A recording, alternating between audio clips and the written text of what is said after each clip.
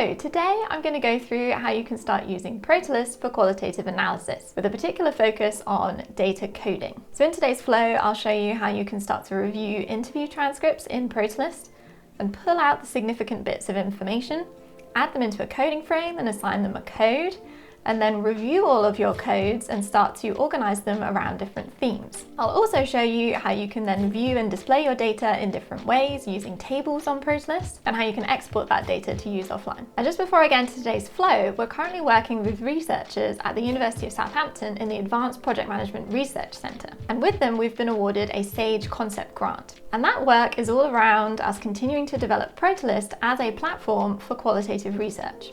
So if you find anything that I'm about to show you interesting or compelling, then please do reach out and get involved. We're running workshops and I'll put a link below for more info. So let's kick off by getting our transcripts into Protolyst. So to do that, we're going to add a table and call it participants. This will be where all of the information that we've collected from various interviews or surveys with different participants will be uploaded. And to get information into a table, you can select a load of files in your computer and just drag and drop them into this table, and they will upload into Protolyst with one file per row. As you can see, they're all popping in there. I'm just going to delete this empty row at the bottom. I'm also going to get rid of subpages because we aren't really using them in this workflow. I'm going to leave the atoms column. So the transcripts that I'm going to be using here come from a study into childhood vaccination. So the themes and the information that we'll be working with in this workflow will be around that topic. I'll pop a link to the study in the description box as well. And so now we need to set up a coding frame. And to do that, we're going to make use of a table as well.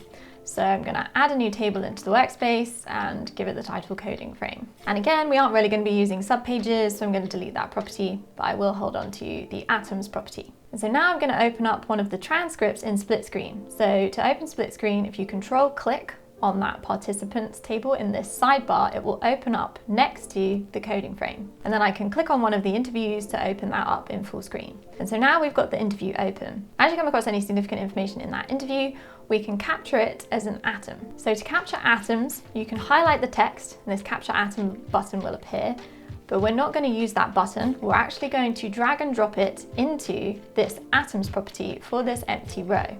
And as I drop the text into that atoms property, it will create an atom. So this atom that's been created now has two labels or tags above it. So the first one corresponds to the source file, so this participant transcript, and the second one doesn't yet have a title because it corresponds to the title of this page or row in the table, which we haven't updated yet. So let's add in a title.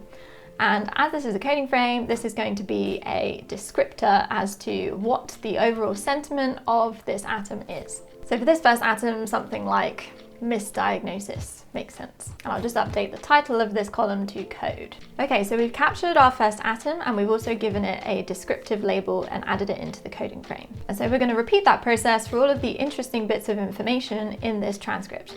So I'm going to add a new row into the coding frame, and then go back into my transcript, and as I come across a piece of interesting info, I'm going to highlight it and drag and drop it into that atom box again and update the title of that row with a descriptor. I'm just going to expand the size of the column there so that we have a bit more real estate to view the text of our atom. And actually, I didn't show you, but when we updated the title of the page, that tag, which was previously called untitled, has been updated because we've now given that page or tag a title. So yeah, let's continue working through and collect a few more atoms and add a few more codes into the coding frame.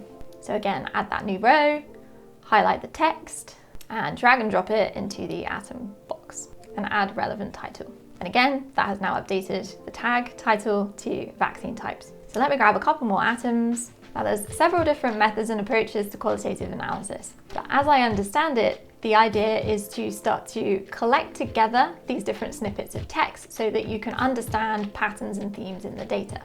So as you're working through this transcript, as well as the subsequent transcripts from the other participants in the study, if it makes sense and fits into one of the existing codes, you can add it in there too. So this atom here is another interesting point, and it also fits under this code that I've already created. So to add another atom into that code, I can again just drag and drop the text into that atom box, and then I'll have both those atoms here. And likewise for this other point, which I feel also fits underneath this code. And so you would continue to do that, working through all your transcripts, grabbing the atoms and creating codes or adding them into existing codes until you've been through all the interviews. And so here's a much more extensive coding frame with quite a few different codes and various lists of atoms from all of the different transcripts that have been added into it. So as you can see, any of the codes that have several atoms, they're all listing here next to that code.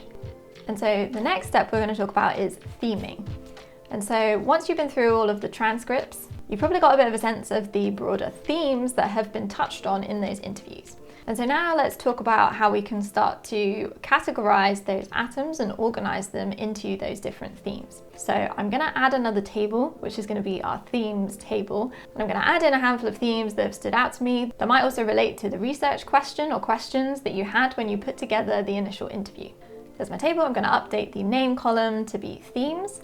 And then I'm actually going to swap this subpages property to be of type text, so I can write a bit of a description for the theme and therefore keep the theme name a little bit shorter. And tying that into the research questions in this study, it's something along the lines of what are parental perceptions of influenza?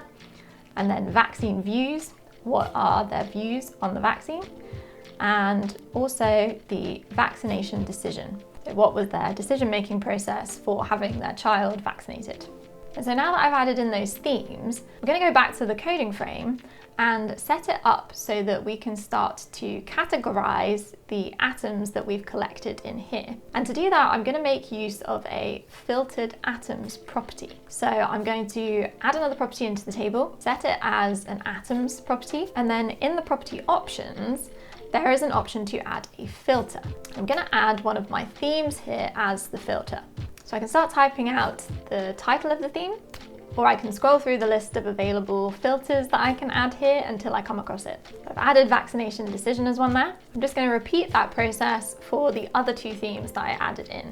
So adding a filter for vaccine views, and then also adding a final filter of flu perceptions. So I have these three columns across the top, and they are atoms properties. They will only display atoms that have a tag or label to the filter that you have added. So it would only display atoms that have been tagged or linked or labeled to vaccination decision. And because we don't have any atoms that have that label because we've just added them into the workspace, each of these columns is not displaying any atoms. But you can also take advantage of this behavior to add labels to your atoms. So if I were to drag and drop an atom into this atoms column, it will add a label for me so that the atom satisfies that criteria and will display. And so we can take advantage of this to work through the list of atoms and categorize them around those themes. And as I drop the atom in there, it now displays in that column, so the relevant label has been added. And you can drag and drop a group of atoms by control-clicking all of the atoms in that atoms property and then dragging and dropping. And this will move that entire selection of atoms that you've selected. So let's drag and drop some more atoms into a few of the different themes so that we've got a few atoms populating those themes. And so now when we jump back to the themes table, all of the atoms that we dragged and dropped into the corresponding column back in our coding frame have had a theme added to them as a label. So you will have pulled together your collection of information that's relevant to a particular theme, ready for further interpretation and understanding. And we can make use of the tags or labels and categorization of our atoms in this way in other tables. So if we jump back into the participants table, under the atoms column, you'll be able to see all of the atoms and interesting bits of information for a particular participant or transcript that you've worked through. And so just like before, when we set up the coding frame, we can also add the atom properties and then add the themes as our filters to separate out the atoms that have been collected by theme and by the participant. So you can get a snapshot or breakdown of the themed information by participant. And then I have also added in the demographic data for the participants. This is often collected and we can use this to get further breakdowns by grouping different participants together. So in this table, I've made use of a select property for the different options for the relationship to the child of the participant. And a select property lets you choose one from a list of predetermined options. We then also got number properties for number of children, age of preschool children.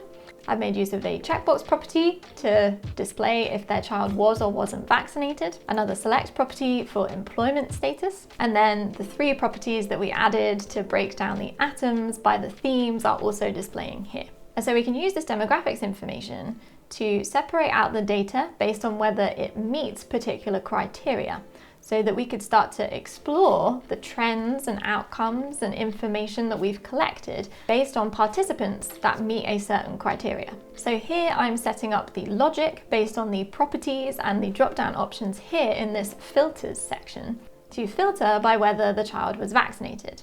And here I've set it up to display the participants whose children were not vaccinated. And so this table is now set up to display all of the information that was collected, organized by theme, because we've got those properties added in there, but with a particular focus on participants whose children were not vaccinated. And then in the properties options for the table, you can show and hide the different properties. So we could hide away all of the demographic data, but we still have that condition applied to it and just focus in on the atoms separated out by theme.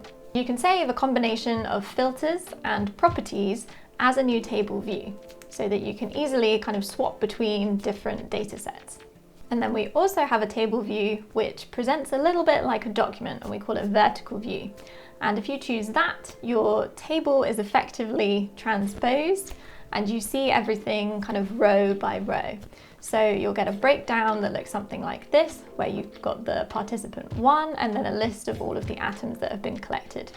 And just like before, if you wanted to customize the information that displayed, you can open up that properties menu and choose the properties that you want to display.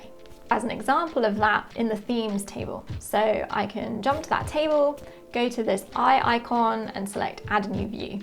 If I then choose vertical, give it a title, something like summary, when I create that view, it's now in that kind of vertical, almost document style format, and I've got all of the atoms listed by theme.